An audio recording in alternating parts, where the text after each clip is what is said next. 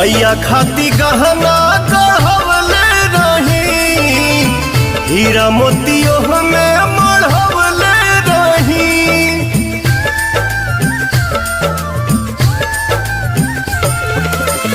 मैया खाती गहना गढ़वले रही, हीरा मोतियो में मढ़वले रही।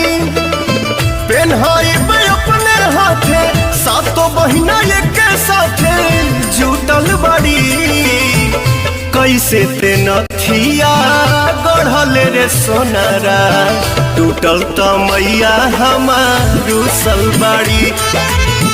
कैसे ते नथिया गढ़ल रे सोनारा,